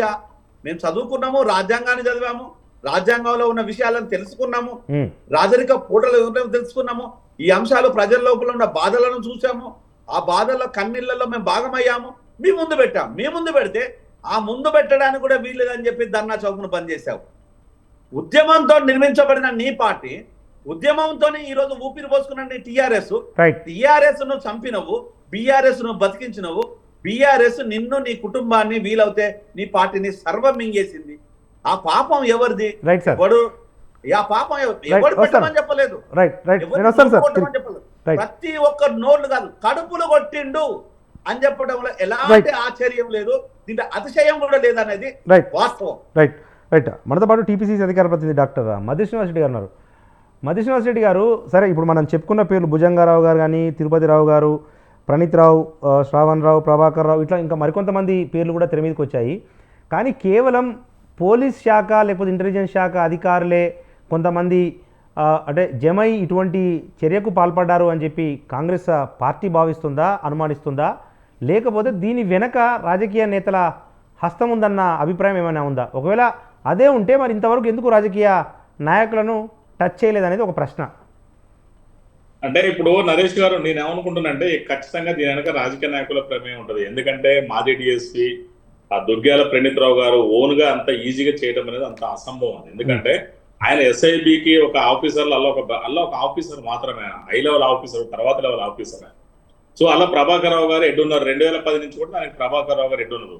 జనరల్గా ఏంటంటే ప్రతి రాష్ట్రంలో కూడా ఉగ్రవాద సంస్థలు కానీ, లేకపోతే అదేవిధంగా ఇప్పుడు తెలంగాణ లాంటి, ఛత్తీస్గఢ్ లాంటిలో టెర్రరిస్టులు ఉన్నటువంటి మావోయిస్టుల కోసము, ఇట్లా టెర్రరిస్టుల కోసం ఆక్టోపస్, అదేవిధంగా నక్సలైట్ల కోసం గ్రేహౌండ్స్, రకరకాలటువంటి పెడతారు. వాస్తవంగా పెట్టేసి దానికి సంబంధించినటువంటి ఏమైనా అత్యాధునిక పరికరాలు కావాలి, ఇజ్రాయెల్ కావచ్చు, ఇంకా అత్యాధునిక టెక్నాలజీలు డంపింగ్ చేసుకుంటారు డిపార్ట్మెంట్ పరంగానో, లేకపోతే వేరే సంస్థల పేరును తీసుకొని చేస్తారు. కానీ వీళ్ళు చేసింది ఎవరి మీద? వితౌట్ పర్మిషన్, కేంద్ర హోంమంత్రిత్వ శాఖ పర్మిషన్ లేకుండా వీళ్ళు తీసుకొని మరి ఎవరైతే కాంగ్రెస్ పార్టీ ముఖ్యులు ఉన్నారో వాళ్ళు, కోదండరాం సార్ లాంటి వాళ్ళు, సమాజంలో పేరు ప్రఖ్యాతులు ఉన్నటువంటి వాళ్ళు, డబ్బున్న వాళ్ళు, వ్యాపారస్తులు, రియల్ ఎస్టేట్ చేసేవాళ్ళు, వెండి బంగారం లేకపోతే డైమండ్ నగల వ్యాపారాలు చేసి ఈ ప్రణీత్ రావు అంటే టీం ఏం చేసిందంటే వాళ్ళ దగ్గర 1,000 కోట్ల రూపాయలు, 100 కోట్ల రూపాయలు కొల్లగొట్టింది. వాళ్ళ ఒక రకమైన బ్లాక్ మెయిల్ పాల్పడి వాళ్ళ దగ్గర డబ్బులంతా గుంజేసింది. దీని వెనక వీళ్ళు ఏంటంటే ఎట్ ద సేమ్ టైం స్వామి కార్యం నేను అనుకోవటము, వీళ్ళేమో ఇంటెలిజెన్స్ రిపోర్ట్ అవన్నీ గ్యాదర్ చేస్తూ ఎట్ ద సేమ్ టైము స్వామి కార్యం స్వకార్యంలో యువతలో డబ్బులు గుంజడం కూడా వాళ్ళు పెట్టారు. ఇప్పుడు సరే ప్రభుత్వం దీని వెనక గవర్నమెంట్ వాళ్ళు ఎట్లుంటుందంటే జనరల్ గా దీని వెనక గవర్నమెంట్ వాళ్ళు ఉన్నప్పుడు దాని మోటివేషన్ ఉంటుంది వీళ్ళ మీద చేస్తూ. అట్ ద సేమ్ టైం వీళ్ళు ఏంటంటే దీనికి కూడా మంచి క్యాష్ చేసుకోవచ్చు, ఇది మనం కూడా ఉపయోగించుకోవచ్చు ఇదే సాఫ్ట్వేర్ తోటి అని చెప్పేసి వీళ్ళు సపరేట్ గా చేసుకొని వీళ్ళు అది కూడా చేసి ఉండొచ్చు ఖచ్చితంగా. దీని వెనక బిహైండ్ బ్యాక్ మరి కొంతమంది అధికారులు ఉన్నట్టే కదా. ఇప్పుడు ఇంకోటి పర్మిషన్ కూడా తీసుకోవాలి, కేంద్ర హోంమంత్రిత్వ శాఖ పర్మిషన్ తీసుకోవాలి. పరికరాలు కొనాలంటే మీరు ఉపయోగించినటువంటి మరి 700 కోట్ల నుంచి 1000 కోట్లు ఎంత ఖర్చు అయినా సరే ఈ డబ్బులు ఎక్కడి నుంచి తెచ్చారు, ఎట్లా ఇచ్చారు, ఇవన్నీ కూడా కూలంకుషంగా కూడా మరి డీటెయిల్ గా చెప్పాల్సిన అవసరం కూడా ఉంటుంది. గవర్నమెంట్ అఫీషియల్ కదా, సెంట్రల్ గవర్నమెంట్ చెప్పాలి కదా హోంమంత్రిత్వ శాఖకు. మరి ఎక్కడ కూడా అలాంటి ఆధారాలు లేవు, ఇచ్చినట్టు కూడా వాళ్ళు ఎవరు కూడా అనట్లేదు. మరి అది ఖచ్చితంగా చాలా అనుమానాలు తావిస్తుంది. డబ్బులు పొందడంలో కూడా వీళ్ళు సిద్ధాస్తులయ్యారు. 1000 కోట్ల రూపాయలు 100 కోట్ల రూపాయలు కూడా మరి డబ్బున్న వాళ్ళ దగ్గర వ్యాపారస్తుల దగ్గర కూడా వీళ్ళు ట్రాక్ చేసి వాళ్ళని బ్లాక్ మెయిల్ చేసి వాళ్ళని బెదిరించి దొబ్బినట్టు కూడా మనకు చాలా స్పష్టంగా అర్థమవుతుంది. వీళ్ళందరూ కూడా ఈ భుజంగరావు గారు కావచ్చు, తిరుపతిరావు గారు కావచ్చు, ఈ దుగ్గేల ప్రణీతరావు, వీళ్ళందరూ ఒక రావుల కూటమికి ఏర్పడి వీళ్ళందరూ కూడా ఇవాళ రాష్ట్రాన్ని కానీ కంప్లీట్ గా మనం తాటికొండ చేరామన్నట్టుగా మొత్తం మన అన్న ముందే చెప్పారు. మొత్తం ఇవాళ వీళ్ళందరి దగ్గర ఉన్నటువంటి మనీని ఇల్లీగల్ గా ఏదైతే తీసుకున్న మనీని మనం రెవెన్యూ రికవరీ యాక్ట్ ద్వారా కనుక ఖచ్చితంగా పెడితే మనం ఇప్పుడు ఉన్నటువంటి 420 గ్యారెంటీలు ఇంకొక 100 గ్యారెంటీలు కూడా అమలు చేయొచ్చు. ఎందుకంటే ఒక్కొక్కరు 100 కోట్లకు 1000 కోట్లకు వెళ్ళిపోయారు. ఎక్కడ చూస్తున్నాం మనం టీఆర్ఎస్ నాయకులే 100 కోట్లకి వెళ్ళిపోతే వీళ్ళు రావాల ఒక సమూహం ఏమైపోయిందంటే హైదరాబాద్ రియల్ ఎస్టేట్ కావచ్చు చాలా మంది చూస్తున్నాం. మనం రామేశ్వరరావు గారిని కూడా చూసాము. వీళ్ళందరూ కూడా మామూలుగా టీకిటికల్ని 1000 కోట్లకు 1,00,000 కోట్లకు పడగెత్తారు. ఇవన్నీ కూడా ఇవాళ కేసీఆర్ గారిని అడ్డం పెట్టుకుని, ఉద్యమాన్ని అడ్డం పెట్టుకుని, తెలంగాణ వాదాన్ని అడ్డం పెట్టుకొని, తెలంగాణ సెంటిమెంట్ అడ్డం పెట్టుకొని ఇలా కేసీఆర్ గారి కుటుంబం కావచ్చు. ఎందుకు ముందు చూసాం కన్నారావు గారు అంటే ఆయన మరి ఆయనతోటి కల్లకొండ కన్నారావు మరి ఆయనకు సంబంధించిన మరో 35 మందిని కూడా అరెస్ట్ చేశారని కూడా మనం చూసాము. అంటే ఒక్కొక్క ఫీల్డ్ కి వీళ్ళంతా ఒక డిపార్ట్మెంట్ లాగా వీళ్ళు ఇంటర్నల్ గా పంచుకొని ఒక్కొక్క రావు ఒక్కొక్క డిపార్ట్మెంట్ పంచుకొని ఒక దాచుకుని వాళ్ళ రాష్ట్రాన్ని గుల్ల చేసినటువంటి కొల్లగొట్టినటువంటి పరిస్థితి కూడా చాలా స్పష్టంగా కనపడుతుంది. వీళ్ళందరి దగ్గర చట్ట ప్రకారం ఖచ్చితంగా రెవెన్యూ రికవరీ యాక్ట్ ప్రయోగించి అమలు చేసి కనుక మనం చేయగలిగితే చట్టాలు ఇప్పుడు ఏంటంటే చట్ట ప్రకారం పోవాల్సి వస్తుంది. నరేష్ గారు ఇది కూడా మనం ఎమోషనల్ గా ఆవేశంగా మాట్లాడినప్పుడు చట్ట ప్రకారం పోవాల్సి వస్తుంది. ఖచ్చితంగా దీని మీద లోతైన విచారణ కూడా రేవంత్ రెడ్డి గారు జరిపిస్తుంది నేను అనుకుంటున్నాను. ఎందుకంటే రేవంత్ రెడ్డి గారు అంత కాంప్రమైజ్ అయ్యే తత్వం కాదు. ఆయన ఫస్ట్ నుంచి కూడా ఆయన డైనమిజం కూడా గమనిస్తున్నారు నేను దగ్గర నుంచి కూడా. సో సీఎం గారు ఖచ్చితంగా అంత ఈజీగా వదిలిపెట్టరు. దీని వెనక ఎంత పెద్దోళ్ళు ఉన్నా కూడా బయటకు గుంజుతారు ఏదో ఒకరు, వాళ్ళందరూ జైలు ఊస లెక్క పెట్టే పరిస్థితి వస్తుందని కూడా నేను తెలియజేస్తాను. మనతో పాటు బీజేపీ అధికార ప్రతినిధి గంగాపురం వెంకరెడ్డి గారు ఉన్నారు. గంగాపురం వెంకరెడ్డి గారు, అంటే ఈ ఎపిసోడ్ నడుస్తున్న క్రమంలోనే బీజేపీ నాయకులు కూడా ప్రస్తుత కాంగ్రెస్ ప్రభుత్వం కూడా ఫోన్ ట్యాపింగ్లో చేపిస్తుంది అన్న అనుమానాలు వ్యక్తం చేశారు. నిజంగా అది అనుమానాలేనా, లేకపోతే ఏమైనా ఆధారాలు బీజేపీ సేకరించిందా, లేకపోతే ఈ పొలిటికల్ గేమ్లో బీజేపీ అంటే ఈ ఫోన్ ట్యాపింగ్ కేసు అనేది రాష్ట్రంలో బీఆర్ఎస్ వర్సెస్ కాంగ్రెస్గా మారిన నేపథ్యంలో బీజేపీ అందులో చేరేందుకు ఇటువంటి ఆరోపణలు చేసిందా? నిజంగా ప్రస్తుతం రేవంత్ రెడ్డి ప్రభుత్వం కూడా ఫోన్ ట్యాపింగ్లకు పాల్పడుతుందన్న మీ అనుమానాలకు ఆధారాలు ఏంటి? ఇప్పుడు ఒకటి హరీష్ గారు మీరు అన్నట్టుగా మిత్రులు మధుసూదన్ రెడ్డి గారు మాట్లాడింది ఇంతవరకు. ఓకే, శ్రీనివాస్ రెడ్డి మేమేమంటున్నాం అంటే భారతీయ జనతా పార్టీ అంటున్నటువంటిది ఏంటంటే సరే మంచికో చెడ్డకో ఒక దర్యాప్తు అనేటువంటిది వల్ల ఫోన్ ట్యాపింగ్ కి సంబంధించి తెలంగాణలో భయంకరంగా చాలా పెద్ద ఎత్తున జరిగినటువంటి దాన్ని ముందుకు తీసుకొచ్చినటువంటి మాట వాస్తవం. అంతవరకు ఈ ప్రభుత్వాన్ని మేము అభినందిస్తాం. కానీ దర్యాప్తు చేస్తున్నటువంటి వ్యక్తులు ఆఫీసర్లు ఏ స్థాయిలో ఉన్నారు అనేటువంటిది కూడా చాలా ముఖ్యమైనటువంటిది. ఈ దర్యాప్తు చేస్తున్నటువంటి ఆఫీసర్లందరూ కూడా గతంలో ఇప్పుడు ఉన్నటువంటి ఈ భుజంగరావులు కానివ్వండి, ప్రభాకర్ రావులు కానివ్వండి, ప్రణీత్ కానివ్వండి, ఇంకా రకాల దామోదరరావు గారు మీడియాకు సంబంధించినటువంటి దామోదరరావు కానీ వీళ్ళందరికీ సత్సంబంధాలు ఉన్నటువంటి వ్యక్తులు. కాబట్టి నేను డిమాండ్ చేస్తున్నటువంటిది ఏంటంటే ఈ టెక్నాలజీ ఇది టెక్నికల్ సబ్జెక్టు. మనం సులభంగా ఏదో ఒకటి టక్కున మనం ఎంక్వైరీ చేస్తే రిపోర్ట్ వస్తుంది. ఎక్కడెక్కడో ఉంటాయి దీనికి సంబంధించినటువంటి ఈ పాయింట్స్ అన్ని కూడా లింకులు అనేటువంటివి. కాబట్టి ఈ టెక్నాలజీలో ప్రావీణ్యం ఉన్నటువంటి దర్యాప్తు సంస్థ, అది సిబిఐయా లేకపోతే ఇంకో సంస్థ ద్వారా చేయిస్తే ప్రజలకు ఒక నమ్మకం కలుగుతుంది కాంగ్రెస్ ప్రభుత్వం మీద. లేకపోతే అన్ని దర్యాప్తుల్లాగానే కొంత ఇప్పుడు ఆల్రెడీ ఒక చర్చ జరుగుతుంది. మీరు అన్నట్టుగా ఏంటంటే బీజేపీకి సంబంధించి కానీ ఇతరత్ర కానీ ఇప్పుడు అందరూ బాగానే మాట్లాడినారు. కేసీఆర్ కూడా పవర్లోకి వచ్చినప్పుడు చాలా స్వేచ్ఛ గురించి మాట్లాడినారు. ఇప్పుడు రేవంత్ రెడ్డి గారు కూడా మాట్లాడుతున్నారు. ఏం జరుగుతుంది అనేటువంటిది మాకు కూడా కొన్ని అనుమానాలు వస్తున్నాయి. ఇంకా మాకు నిర్దిష్టమైనటువంటి ఆధారం లభించిన తర్వాత తప్పనిసరిగా మా నాయకులు మాట్లాడతారు దాని మీద. నేను తొందరపడి దాని గురించి మాట్లాడలేదు, కానీ అనుమానాలు అయితే వస్తుంది. నేను ఎందుకు ఈ మాట అంటున్నానంటే ఈ దర్యాప్తు చివరి వరకు వెళ్తుందని నేను భావించడం లేదు. వాళ్ళ ప్రయోజనాల కోసం, బ్లాక్ మెయిలింగ్ కోసము వీళ్ళు కూడా ఏమైనా చేస్తున్నారా కాంగ్రెస్ ప్రభుత్వం అనేటువంటిది కూడా మనం అనుకోవాల్సి వస్తుంది. నేను కారణం ఒక్క ఎగ్జాంపుల్ చెప్తాను హరీష్ గారు. గతంలో ఒక 5-6 సంవత్సరాలు డీజీపీగా పనిచేసినటువంటి వ్యక్తిని అవునా కాదా? డీజీపీగా నేను పేరు తీసుకున్నాను, కానీ డీజీపీగా పనిచేసినటువంటి వ్యక్తిని ఒక కీలకమైనటువంటి పదవిలోకి రేవంత్ రెడ్డి గారు వచ్చిన తర్వాత నియమించడం జరిగింది. మరి ఆ డీజీపీకి తెలియదా అండి? ఫోన్ ట్యాపింగ్ తెలియదా అండి? తెలియకుండానే ఉన్నదా అండి? ఓకే, ఏం అర్హత ఉందని చెప్పి అతన్ని తీసుకొచ్చినారు? ఇవి అనుమానాలు వస్తాయి నేను అన్నది. ఈ అనుమానాల వల్ల ఏంటంటే వీళ్ళు చేస్తున్న కాంగ్రెస్ ప్రభుత్వం చేస్తున్నటువంటి దర్యాప్తు చివరి వరకు ఉంటుందో ఉండదో తెలియనటువంటి పరిస్థితి. వాళ్ళంతా పారిపోయినారో వెళ్ళిపోయినారో తెలియదు. ఇప్పుడు మనకున్న సమాచారం మేరకు ఏంటంటే కొంతమంది అమెరికా వెళ్ళిపోయినారు. మరి అమెరికా వెళ్ళిపోతే వాళ్ళను పిలిపించాల్సినటువంటి అవసరం ఉంది కదా. ఆ కోణంలో ఏం ప్రయత్నం జరుగుతుందని ప్రజలకు చెప్పవలసినటువంటి అవసరం ఉంది కదా. ఏదో కొంత చర్చ జరుగుతుంది, ఒక రకమైన సెన్సేషనల్ న్యూస్ స్ప్రెడ్ చేస్తున్నారు. అది చివరికి ఎండ్ అవుతుందా కాదా అనేటువంటి పద్ధతి లోపల ఇప్పుడు జరుగుతున్నటువంటి కోణంలో ఆలోచించినప్పుడు తప్పకుండా ప్రజలు నాలాంటి వాడికి, ఎందుకంటే మేమంతా పీడితులము, బాధితులము వీరికి సంబంధించినంత వరకు, కాబట్టి ఒక 100 సార్లు మమ్మల్ని అరెస్ట్ చేసినటువంటి సందర్భం మనం చూసినాం. కాబట్టి ఇది ముందుకెళ్లాలా, ఇది ప్రజాస్వామ్యంలో ఇది మంచిది కాదు అనేటువంటి పద్ధతి లోపల కాంగ్రెస్ ప్రభుత్వం కూడా దీన్ని ముందుకు తీసుకొని ఏది శశభిషలు లేకుండా, వ్యక్తిగత ప్రయోజనాలు లేకుండా, రాజకీయ కోణంలో దీన్ని కాకుండా, దీన్ని కేవలం బెదిరించడానికి లేకపోతే లొంగ తీసుకోవడానికి టీఆర్ఎస్ పార్టీని బీఆర్ఎస్ పార్టీ కోణం కాకుండా చేస్తే ముందుకు వస్తే తప్పకుండా ప్రణీత్ రావును పట్టుకున్నారు. మీరు చేస్తున్న దర్యాప్తు ఇప్పుడు ఎక్కడి నుంచి? దర్యాప్తు సంస్థలు, పోలీస్ అధికారుల దర్యాప్తు సంస్థలు కానీ కాదంటలేను. ఎప్పుడైతే గతంలో పనిచేసినటువంటి ఒక డీజీపీని తీసుకొచ్చి మీరు అతి కీలకమైనటువంటి పదవిలో మీరు పెట్టారో అప్పుడే ప్రజల్లో అనుమానాలు వస్తున్నాయి. మీకు దొరకలేదానండి తెలంగాణలో? వినండి, నన్ను చెప్పనియండి. తెలంగాణలో పబ్లిక్ సర్వీస్ కమిషన్ లీడ్ చేసేటువంటి నిష్ణాతులు అయినటువంటి వాళ్ళు, మరి ఎలాంటి అవినీతి ఆరోపణలు లేనటువంటి వాళ్ళు ఎవరు దొరకలేదండి మీకు? ఆయనే దొరికినాడండి. మాకు తప్పకుండా అనుమానం వస్తుంది ఇప్పుడు ఇటువంటి సందర్భం లోపల. ఆయన తెలియదా అండి? మీరు ఇవాళ మాట్లాడుతున్నారు ట్యాప్ అని చెప్పి, ట్యాప్ చేసిందని చెప్పి. ఆ ట్యాప్ చేసినప్పుడు ఎవరు డీజీపీగా అది చెప్పండి నాకు. అనుమానాలు వస్తాయి, తప్పకుండా అనుమానాలు వస్తాయి. అప్పుడు డీజీపీ గారికి సమాచారం ఉందా, పర్మిషన్ తీసుకున్నారా లేదా, లేకపోతే ఈ భుజంగరావు అండ్ వీళ్ళంతా సొంత నిర్ణయాలు తీసుకున్నారా రాజకీయ?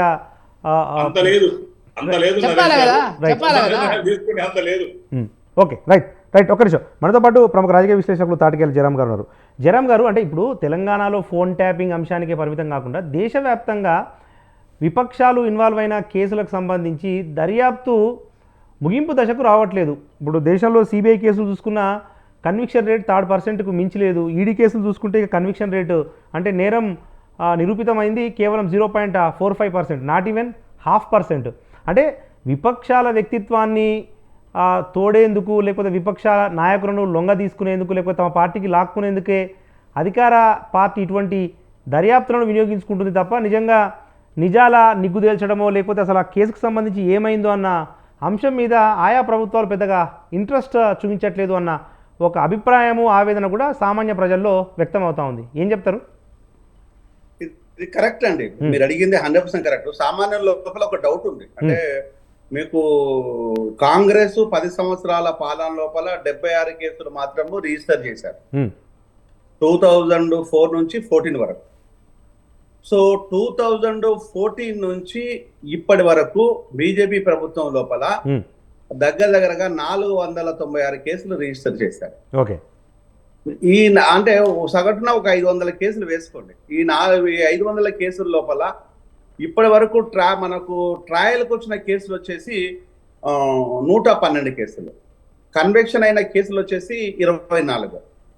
అంటే ఇక్కడ మనం ఒకటి గమనించుకోవాలి, ఏది ఫేర్ గా మాట్లాడాలంటే ట్రయల్కి వచ్చిన కేసుల లోపలే కన్విక్షన్ రేట్ ఉంటుంది తప్పితే రికార్డ్ చేసిన కేసులలో, ఎఫ్ఐఆర్ చేసిన కేసులలో దాన్ని పర్సంటేజ్ తీయం. ట్రయల్ అయిన కేసులు 120 లోపల 120 కేసులలో ట్రయల్ అవుతే 26 కేసులు కన్విక్షన్ అవుతుందంటే దగ్గరగా 20% కన్విక్షన్ రేట్ ఉన్నట్టే. మొన్న వీళ్ళను కవితను అరెస్ట్ చేసేటప్పుడు కానీ అంతకు ముందు కానీ మన కేటీఆర్ 3%, 1%, 0% డ్రామా ప్లే చేస్తున్నారు. ఓ రయ్య అది కాదు, నీకు తెలివి ఉందో లేదో కానీ అట్లా అన్నారు. కన్విక్షన్ దానికి దీనికి సంబంధం లేదు. ట్రయల్ అయిన కేసుల మీదనే పర్సంటేజ్ తీయాలి, ట్రయల్ కాని కేసుల మీద పర్సంటేజ్ తీయరు. ఇది ఒక అంశం. ఇంకా బీజేపీ గురించి చెప్పాలి అనుకుంటే ఇంకొక అంశం చెప్పచ్చు. బీజేపీలో ఉన్నప్పుడు జాయిన్ అయిన తర్వాత ఒకవేళ కనుక పక్క పార్టీలో తెలుగుదేశం పార్టీలో ఉన్నప్పుడు సృజనా చౌదరి, సీఎం రమేష్ మీద కేసులు నమోదైన తర్వాత 100,000 కోట్ల రూపాయలు కొల్లగొట్టారు, బ్యాంకుల నుంచి లోన్ తీశారు. వీళ్ళు దొంగలుగా ముద్రపడిన తర్వాత వాళ్ళు ఎంపీగా రిజైన్ చేసి అక్కడి నుంచి వచ్చేసి ఎంపీగా ఉండే రాజ్యసభ ఉండగానే వచ్చి బీజేపీలో కలవగానే ఆ కేసులను స్టేటస్ కో మెయింటైన్ చేస్తున్నారు. నేను కొట్టేసిన చెప్పట్లేదు, మన వెంకన్న కూడా గమనించాలి. వెంకన్న ఎందుకంటే మీ మీద మాకు చాలా గౌరవం ఎక్కువ, మనం అంతా కలిసి పనిచేస్తాం కాబట్టి. సో స్టేటస్ కో మెయింటైన్, ఇలాంటి స్టేటస్ కోలు మీ పార్టీలో తీసుకొని బాప్తీసం తీసుకుంటేనే ఉంటాయా? బాప్తీసం తీసుకోకపోతే స్టేటస్ కోలు ఉండవా అనేది ప్రజలకు ఈ రోజు డౌట్ ఉన్నది. మీరు ఏదైతే కాంగ్రెస్ మీద డౌట్ ఎక్స్ప్రెస్ చేశారో 100% నేను కూడా ఏకీభవిస్తాను. కానీ ఈరోజు భారత ప్రభుత్వం మీద కూడా ఇలాంటి డౌట్లు ఉన్నాయి. ఈ స్టేటస్ కోలు ఎందుకు మెయింటైన్ చేస్తున్నారు అనేది ఒక డౌట్ ఉంది. ఇంకొకటి వచ్చేసి డ్రగ్స్ విషయానికి వచ్చినప్పుడు యువతను పెడదోవ పడుతున్నది. యువత చాలా కీలకంగా ఉంటుంది. రేవంత్ ఒకటి చాలా క్లియర్గా ఒక మంచి మాట చెప్పారు. రేవంత్ అన్నమాట ఏంటంటే డ్రగ్స్ కానీ ఆల్కహాల్ కానీ డెఫినెట్గా దాన్ని నిర్మూలించాలి, వీలవుతే అవసరం అనుకుంటే దాన్ని నిషేధించాలని అంటారు. ఇదే విషయము ఏ ఒక్కసారి కూడా మోడీ కానీ ఎవరు కానీ మాట్లాడలేదు. ఇది రాహుల్ మాట్లాడారు, ఇతర నాయకులు కూడా మాట్లాడారు. ఎందుకంటే మన యువతను మనం కాపాడుకోవాలంటే డ్రగ్స్ ఫ్రీ దేశంగా చేయాలి, అలా డౌట్ ఏం లేదు, దాన్ని అందరూ ఒప్పుకోవాలి. కానీ ఆదాని ఎయిర్పోర్ట్ లోపల దగ్గర 23,000 ఒకే స్లాట్ ఉన్న డ్రగ్స్ అక్కడ దొరికితే దేశం నిర్వీర్యపోతే దానిపైన ఎలాంటి ఎక్స్ప్లెనేషన్ లేదు. దాన్ని కూడా మనం ఒకసారి చెక్ చేసుకోమని నేను గౌరవంగా విన్నవిస్తున్నాను. ఓకే, దాంతో పాటు వచ్చేసి ఇక్కడ కాంగ్రెస్ ప్రభుత్వాలు కూడా, ఇక్కడ ఉన్న కాంగ్రెస్ ప్రభుత్వం కూడా ఒకటి ఆలోచించాల్సింది ఏంటంటే, మనము అధికారులను ఎవరిని వదిలేయొద్దు. గతించిన నాయకులలో భూదందా చేసి భూమిని కొల్లగొట్టి ఈరోజు ఒక్కొక్కడు 100,000 కోట్లకు అధిపతి అయింది. అంటే నేను ఒక్క ఇన్ఫర్మేషన్ సీనన్నకు చెప్పదలుచుకున్నాను. సీనన్న నాకు మంచి మిత్రులు. సో సీనన్న చాలా ఉన్నతంగా మాట్లాడుతుంటాడు. ఈజ్ బేసికల్ అడ్వకేట్. అవును, సీనన్న మనం ఆలోచించాల్సింది ఏంటంటే, మన తెలంగాణ లోపల మిగులు భూములు, ఉమ్మడి ఆంధ్రప్రదేశ్ లోపల మిగులు భూములు 1,28,00,000 ఎకరాల మిగులు భూములు ఉంటే, తెలంగాణ వచ్చిన తర్వాత ఆ మిగులు భూములు కాస్త లేవు అని చెప్పిండు కేసీఆర్. అంటే కేసీఆర్ ను మనం అంతా అనుకునేది ఏంటంటే ఏదో 1,00,000 కోట్లు 2,00,000 కోట్లు కాదు, 1,20,00,000 ఎకరాల భూములు మింగేసింది ఎవ్వడు, దానికి ఎన్ని మిలియన్ ట్రిలియన్ డాలర్లు అవుతుంది, ఎన్ని లక్షల కోట్లు అవుతుంది, ఒక్కసారి ఈ ప్రజానికానికి తెలియాలి. అంటే దీనిపైన చర్చలు జరగాలి, దీనిపైన మాట్లాడాలి. ఈ భూములన్నీ కొల్లగొట్టినోన్ని ఎవ్వడు పట్టినా కూడా భూదందా. ఈరోజు 33 జిల్లాలు చేసి జిల్లా అభివృద్ధి అనేది జీరో, రియల్ ఎస్టేట్ దందా అనేది చాలా విరివిరిగా జరిగిపోయింది. భువనగిరి ప్రాంతం లోపల ఇంక్రెడిబుల్ ఇండియా అనేవాడు 1,500 కోట్లు ప్రజల దగ్గర వసూలు చేసి ఇప్పటి వరకు కూడా రిజిస్ట్రేషన్ చేయట్లేదు. వాడి పేరు ప్రవీణ్ కుమార్, ఒక కేరళ, వాడు కేరళ నుంచి వచ్చిండు, ఇంకొకటి వచ్చేసేమో సర్దార్జీ, వాడు హర్యానా నుంచి ఉండు, ఇంకొకటి వచ్చేసేమో ఇంకోటి ఎక్సెట్రా గాడు, ఇంకొకటి వచ్చేమో లోకలోడు. ఇలాంటి దొంగలు ఉన్న రాష్ట్రం లోపల ఎవరిని వదిలేద్దని చెప్తున్నాను. నేను ఏదైతే మాట్లాడుతున్నానో దానికి సంబంధించిన పూర్తి ఎవిడెన్స్, ఈరోజు ఇంక్రెడిబుల్ సంబంధించిన ఎవిడెన్స్ నగర పూర్తి ఎవిడెన్స్ ఉంది. ఇలాంటి దొంగలను రియల్ ఎస్టేట్ కంపెనీలను పట్టుకొని నిలదీసేసి దోపిడీ చేసే వాళ్ళను ఎవరి దగ్గర కూడా పోయి కేసులు ఫైల్ చేయాలి. ఎందుకంటే ఇది రియల్ ఎస్టేట్ సంబంధించిన విషయం కాబట్టి దీని మీద క్రిమినల్ కేసులు ఉండవు. చట్టపరమైనసుకోవాలంటే కోర్టు చుట్టూ తిరిగి యాస్టకొచ్చి చచ్చిపోతున్నారు. వీళ్ళ మీద క్రిమినల్ కేసులు పెట్టేసి ప్రాసిక్యూట్ చేసేసి వాడి ఒంటి మీద బట్ట లేనోడు ప్రవీణ్ గాడు ఈరోజు 1,500 కోట్ల రూపాయలు కొల్లగొట్టిన వాడు ఈరోజు ప్రజలకు రిజిస్ట్రేషన్ చేయట్లేదు, డబ్బులు తీసుకొని రిజిస్ట్రేషన్ డబ్బులు కూడా వసూలు చేస్తున్నారు. అంటే ఇవన్నీ ప్రజలకు సంబంధించినవే. దయచేసి సవినయంగా 2 రాజకీయ పార్టీలతో పాటు 2 ప్రభుత్వాలు ఇప్పుడు నా కళ్ళ ముందు ఉన్నాయి కాబట్టి మీరు ఈ దిశలో ప్రయత్నించి మాట్లాడితే ఇంకా ప్రజలు మిమ్మల్ని ఎవరెస్ట్ అంత నెత్తి మీద పెట్టుకుంటారు అనేది నేను ప్రజల్లో సార్. మధు శ్రీనివాస్ రెడ్డి గారు, అంటే ప్రధానంగా భూములకు సంబంధించి పదే మీరు అంటే ధరణి కమిటీ చేశారు, ఇవన్నీ చేస్తున్నప్పటికీ కూడా తాజాగా కేసీఆర్ సమీప బంధువు కన్నారావును కూడా అరెస్ట్ చేశారు. ఇబ్రహీంపట్నంలో 2 ఎకరాల భూ కబ్జాకు సంబంధించి కేసు నమోదైంది. వెంటనే ఆయనను పోలీసులు అరెస్ట్ కూడా చేశారు. కానీ తెలంగాణలో పెద్ద ఎత్తున, ఎందుకంటే ల్యాండ్ బ్యాంకు 1,00,000 ఎకరాలకు పైగా ఉన్న ల్యాండ్ బ్యాంక్ ఉన్న తెలంగాణలో ఇప్పుడు మిగులు భూములు అనేటివి లేకుండా పోయాయి. కనీసము గత ప్రభుత్వము డబల్ బెడ్రూమ్ ఇళ్లకు సంబంధించి కూడా నిర్మించడానికి ఖాళీ జాగాలు దొరకని పరిస్థితి తెలంగాణలో ఎందుకు ఉత్పన్నమైంది? దానికి సంబంధించి ప్రభుత్వం ఎటువంటి దర్యాప్తులు కానీ చర్యలు కానీ తీసుకోబోతుంది? ఇప్పుడు నరేష్ గారు, మన అనలిస్ట్ గారు ప్రాక్టికల్ జయరామ్ అని చెప్పింది 100% కరెక్ట్. వాళ్ళు యాక్చువల్గా ఏంటంటే మన తెలంగాణ అనేది ఆ రోజు నైజాం సర్కార్ పాలన ఉంది కాబట్టి భూములన్నీ కూడా వాళ్ళ పేరు మీద ఉన్నాయి పట్టాలు. ఆ తర్వాత కొంతమందికి ఇచ్చినా కూడా నామినల్గా ఉన్నాయి. గవర్నమెంట్ ల్యాండ్స్ హైదరాబాద్ చుట్టుపక్కల కావచ్చు, ఖమ్మం కావచ్చు, ఎక్కడికి కొన్ని వేల ఎకరాలు మొత్తం ఆ రోజు ఎన్ని పోయినా కూడా వేల లక్షల ఎకరాలు, కోటి ఎకరాల దాకా వచ్చినాయి. అంత భూములు కూడా ఇవాళ కేసీఆర్ గారు ఏం చేసి ఒక భూదందా చేసి భూ సంతర్పణకు పాల్గొన్నాడు. ఆయన భూములన్నీ కూడా తన సంబంధించినటువంటి వాళ్లకు, తన పార్టీ వాళ్లకు, తన రావులకు ఏంటంటే తక్కువ రేటుకి భూములు నామినల్ రేటుగా బయట ఎకరం ₹1,00,00,000 ఉంటే ఆన్ రికార్డు 5 లక్షలే ఉంటుంది. 5 లక్షల రూపాయలకు అమ్మి చేతులు దులుపుకునే వాళ్ళందరూ అపర కుబేరులుగా చేసిన చరిత్ర ఇలా కేసీఆర్ది. ఇలా మీరు జయరామ్ అన్న చెప్పింది 200% కరెక్ట్. మనం ఎంతసేపటికి కాళేశ్వరం ప్రాజెక్టు ఇట్లాంటివి మనం విద్యుత్ సంబంధించినటువంటి పవర్ ప్రాజెక్టు చూస్తున్నాం తప్ప, హైవేలు చూస్తున్నాం తప్ప, ఇవాళ చూసుకున్నట్టయితే భూమి దందా అనేది ఒక పెద్ద దందా. ఇది ధరణిని అడ్డం పెట్టుకొని ఇవాళ ఏం జరిగింది అనేది కూడా ఇలా తెలంగాణ ప్రజానీకానికి అందరూ తెలిసిపోయింది. ధరణి భూభాగవతం ఏందో తెలంగాణ ప్రజానీకానికి చాలా స్పష్టంగా అర్థమైంది. ధరణి అడ్డం పెట్టుకుని ఎప్పుడో 100 సంవత్సరాల కింద ఉన్నటువంటి పేర్లని ఇవాళ ఊళ్ళలో పెద్ద పంచాయతీలు పెట్టారు. నేను లాయర్ గా చూస్తున్నా. వాళ్ళకి ఏంటంటే ఆ రికార్డులో వాళ్ళ పొజిషన్లో మొక్కలు ఉంటారు. ప్రజెంట్ వాళ్ళు పాపం గతంలో ఒక 50 ఏళ్ళ ఒక పేరు వస్తుంది. ఇప్పుడు వాళ్ళు ధరణిలో వాళ్ళ పేర్లు ఎక్కినాయి, పాత పేర్లు. వాళ్ళు వచ్చి వాళ్ళ చూపించుకొని ధరణి పాలన తీసుకొని వచ్చేసి పాస్బుక్ తీసుకున్న సందర్భాలు నేను చాలా నా దృష్టి కూడా వచ్చినాయి. ఇవాళ అది కొత్త పంచాయతీ అయిపోయింది. వాళ్ళకి పాస్బుక్ ఉంటుంది, రియల్ ఉన్నోడికి పాస్బుక్ లేకుండా పోయింది. పొజిషన్ ఉన్నోడికి కొనుక్కున్న మాట యథార్థమే, కానీ పాస్బుక్ లేవు వీళ్ళకు. చట్ట ప్రకారం ఏంటి అది నాదేనండి, పలానా మధ్య శ్రీనివాస రెడ్డి ఇప్పుడు అడ్డం వస్తుండే నా భూమి అది నాదంటుండే కోర్టు కింద పాస్బుక్ చూస్తుంది, ధరణి పాలన చూస్తుంది, స్టే ఇచ్చేస్తాడు. అసలు వాడు అక్కడ పొజిషన్ లేకపోయినా కూడా స్టే ఇచ్చేస్తుంది. అంటే ఇట్లాంటి ధరణిలో భూదంలో జరిగింది. ఇలా తెలంగాణ రాష్ట్రంలో ఇది ఒక పెద్ద భూకుంభకోణం. ఇది ఖచ్చితంగా వెలుగులోకి వస్తుంది. కొద్దిగా టైం పడుతుంది జయరామన్, ఎందుకంటే ఇది చాలా పెద్ద కుంభకోణం. బహుశా ఈ కాళేశ్వరం ప్రాజెక్టు 1,00,000 కోట్లు, 1,00,000 కోట్లు కాదు, ఇది లక్షల కోట్ల రూపాయల ప్రాజెక్ట్. ఇలా లక్షల కోట్ల రూపాయల కుంభకోణం కూడా ఇలా భూముల రూపంలో తెలంగాణలో తన వాళ్లకు, తన తాబేదారులకు, తన రావులకు, తన పార్టీ వాళ్ళకు ఇవాళ వచ్చిన వాళ్ళకు అందిపుచ్చినంతగా అవకాశం ఉన్నంతగా ఇలా పంచిపెట్టింది. ఇవాళ ఇలా తెలంగాణ యొక్క భూభాగాన్ని దోసుకున్న చరిత్ర ఇలా మరి కేసీఆర్ మరి కుటుంబాన్ని ఇలా బీఆర్ఎస్ నాయకులు ఇవాళ మా ఖమ్మం మాది. మరి మా ఖమ్మంలో చూసినట్టు 59 జీవోని అడ్డం పెట్టుకున్న ఖమ్మంలో ఒక బీఆర్ఎస్ కార్పొరేటర్ 425 గజాలు దగ్గర ఒక 2 కోట్ల ఆస్తిని కూడా ఆ జీవోని అడ్డం పెట్టుకుని పేదవాళ్ళ కోసం పెట్టిన జీవోని కూడా చాలా మంది రెగ్యులర్ చేసుకున్నారు. ఎన్ని పేరు చెప్పాలంటే మా కాడ కూడా ఉన్నారు ఖమ్మం జిల్లాలో కూడా. ఈ ఖమ్మం ఎస్ఎస్పీ కన్నా కానీ అందరు జీవోలు అడ్డం పెట్టుకుని ఎమ్మెల్యేలు కూడా జీవోలు అడ్డం పెట్టారు. ఖమ్మంలో మమతా మెడికల్ కాలేజీ కూడా జీవోలు అడ్డం పెట్టుకుని రెగ్యులర్ చేసుకున్నారు. ఇవాళ చూడండి, అది వాస్తవంగా పెట్టింది. అది పేదవాళ్ళ కోసం రెగ్యులర్ చేసుకోవడానికి, వాళ్ళకు నీడ ఉండటానికి పెట్టిన జీవోని 100 ఎకరాల ఉన్న కోటీశ్వరులు అన్ని పొజిషన్లు ఉన్న కూడా ఆ జీవోని అడ్డం పెట్టుకొని మరి వాళ్ళ భూదందా పేరుతో భూ సందర్భం చేసిన చరిత్ర కేసీఆర్ది. ఖచ్చితంగా ఏదో ఒక రోజు వెలుగులోకి వస్తుంది. ఇవన్నీ ఒక్కొక్కటిగా మా కాంగ్రెస్ పార్టీ ప్రభుత్వం ఒక్కొక్కటిగా తీస్తుంది.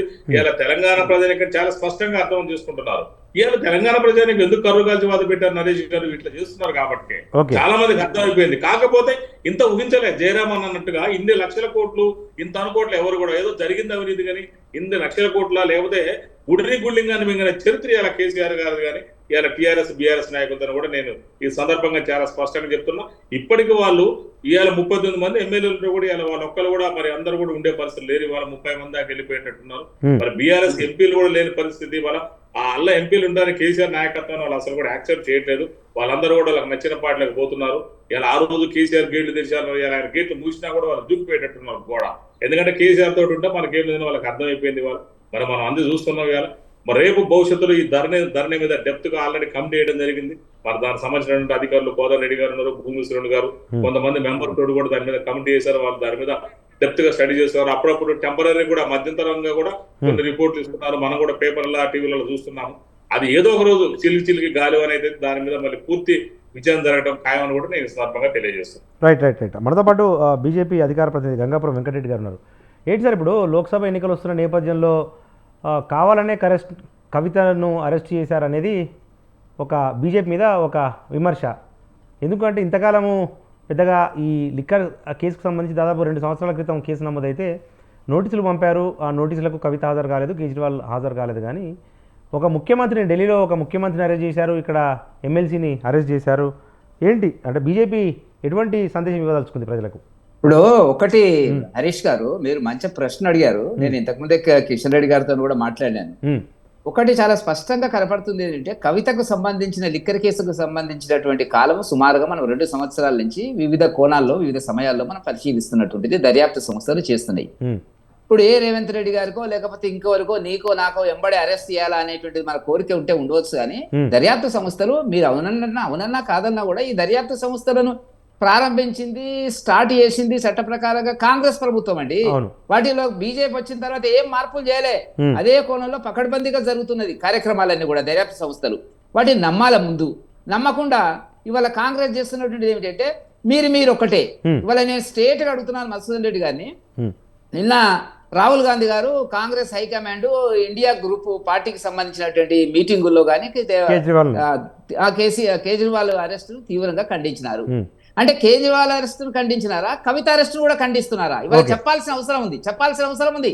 కేసీఆర్ కేసు మన కేజ్రీవాల్ కేసు వేరు, కవిత కేసు వేరు. మేము ముందు నుంచి చెప్తున్నాము, టిఆర్ఎస్ కాంగ్రెస్ రెండు కూడా ఒకే కవల పిల్లలు అనేది మేము చెప్తున్నాము. ఇవాళ స్పష్టంగా కనపడ్డది హరీష్ గారు, మీ ద్వారా నేను తెలంగాణ సమాజాన్ని అడుగుతున్నటువంటి ప్రశ్న ఏంటంటే, మీ స్టాండ్ ఏంది? రేవంత్ రెడ్డి గారి స్టాండ్ ఏంది? మీరు రాహుల్ గాంధీ గారు ఖండించినారు అంటే కేసు లేదండి, దాంట్లో అవినీతికి లేనటువంటి వ్యక్తి కేజ్రీవాల్ అని చెప్పండి, అవినీతి ఉన్నటువంటి వ్యక్తి కవిత అని చెప్పండి. కవిత కేజ్రీవాల్ ఇన్ఫ్లుయెన్స్ చేసింది, ఢిల్లీ గవర్నమెంట్ లో ఆమెనే కీలకమైన నిర్ణయాలు చేసి ఆ లిక్కర్ పాలసీని భ్రష్టు పట్టించింది అని చెప్పండి. కాబట్టి మీరు ఇరుక్కున్నారు, ఇవాళ మీరు ఏం మాట్లాడతారు? కాబట్టి నేను అందుకే చెప్తున్నానంటే, కాంగ్రెస్ మీద నమ్మకాలు ఇవాళ లేవని భారతీయ జనతా పార్టీ భావిస్తున్నటువంటిది. దర్యాప్తు సంస్థలకు వచ్చేటప్పటికి మీరు ఏ ఒక్కటన్నా దర్యాప్తు ముందుకు తీసుకొని పోతున్నారా? చెప్తున్నారు, మీరు ఒకటన్నా చెప్పినారా? ఇప్పుడు భూములకు సంబంధించి మీరు చెప్పినారు, భూములకు సంబంధించి మీరు ఒక 10 కేసులు మొత్తం భూములు ఆంధ్ర ప్రాంతం వాళ్ళంతా ఆక్రమించుకున్నారు అని చెప్పినారు. మరి ఇవాళ ఆ కోణంలో మీరు ఈ కేసులు అని చెప్పినారా? కోదండరామ్ కమిటీ నేను చాలా పనిచేసిన వాళ్ళతో, సునీల్ గారితో చాలా తెలంగాణ సోషల్ మీడియా తరఫున ఇవన్నీ లేకున్నప్పుడు, కాంగ్రెస్ కు ఈ అసలు ధరణి గురించి అర్థం కానప్పుడు మేము పనిచేసిన వాళ్ళతో చూసినటువంటి సందర్భం. కాబట్టి ఇవాళ తెలంగాణ సమాజం కాంగ్రెస్ గవర్నమెంట్ అడుగుతున్నటువంటిది ఏంటంటే, మీరు నిష్పాక్షికంగా రాగద్వేషాలకు అతీతంగా రాజకీయ కోణంలో కాకుండా మీరు దర్యాప్తు చేసి వాటికి ఒక తుది రూపం ఇస్తేనేమో మిమ్మల్ని ప్రజలు రేపు క్షమిస్తారు. లేని పరిస్థితి లోపల అవసరాల కోసం, అవకాశం కోసం, రాజకీయ లబ్ధి కోసం ఇవన్నీ తీసుకొచ్చి చర్చ పెట్టి మేమంతా బాగా పనిచేస్తున్నాం 100 రోజుల లోపల అని చెప్పడం అయితే ఉందో అది ఇంకా ప్రజల నమ్మకము లేదు అనేటువంటిది నాకు చాలా స్పష్టంగా కనపడుతున్నటువంటిది. కాబట్టి ఆ రకంగా ముందుకెళ్ళండి. భారతీయ జనతా పార్టీకి సహకారం కేంద్ర ప్రభుత్వ దర్యాప్తు సంస్థలు ఉన్నాయి, మీరు తీసుకోండి సహాయం. ప్రతి ఒక్కటి రాజకీయ కోణంలో ఆలోచిస్తే ఎట్లయితుందండి? రేపు సపోజ్ ఇంకో ప్రభుత్వం అధికారంలోకి వస్తుంది, ఇక్కడ గానీ అక్కడ గానీ అనుకుందాం అంటే, ఇక దర్యాప్తు సంస్థలన్నీ కూడా ఆ ప్రభుత్వానికి పనిచేస్తున్నాయి, అనుకూలంగా పనిచేస్తున్నాయి ఒక చెడ్డ ప్రచారం కాంగ్రెస్. మరి మేము ముందు నుంచి చెప్పినట్టుగా కాంగ్రెస్ టిఆర్ఎస్ ఒకటి. మా కవిత అరెస్ట్ కు మాకు సంబంధం లేదు, అవి దర్యాప్తు సంస్థలు నడుస్తాయి. రైట్. Thank you. ఇది ఇవాల్టి మన బిగ్ టాక్ లో పార్టిసిపేట్ చేసిన గెస్టులు ప్రముఖ రాజకీయ విశ్లేషకులు డాక్టర్ తాటికేల జయరామ్ గారు, టీపీసీసీ అధికార ప్రతినిధి డాక్టర్ మధుసూదన్ రెడ్డి గారు, బీజేపీ అధికార ప్రతినిధి గంగాపురం వెంకటరెడ్డి గారు. అందరికీ కూడా మా బిగ్ టాక్లో పార్టిసిపేట్ చేసినందుకు అందరికీ కూడా ధన్యవాదాలు. ఇది వాటి బిగ్ టాక్. చూస్తూనే ఉండండి స్వతంత్ర.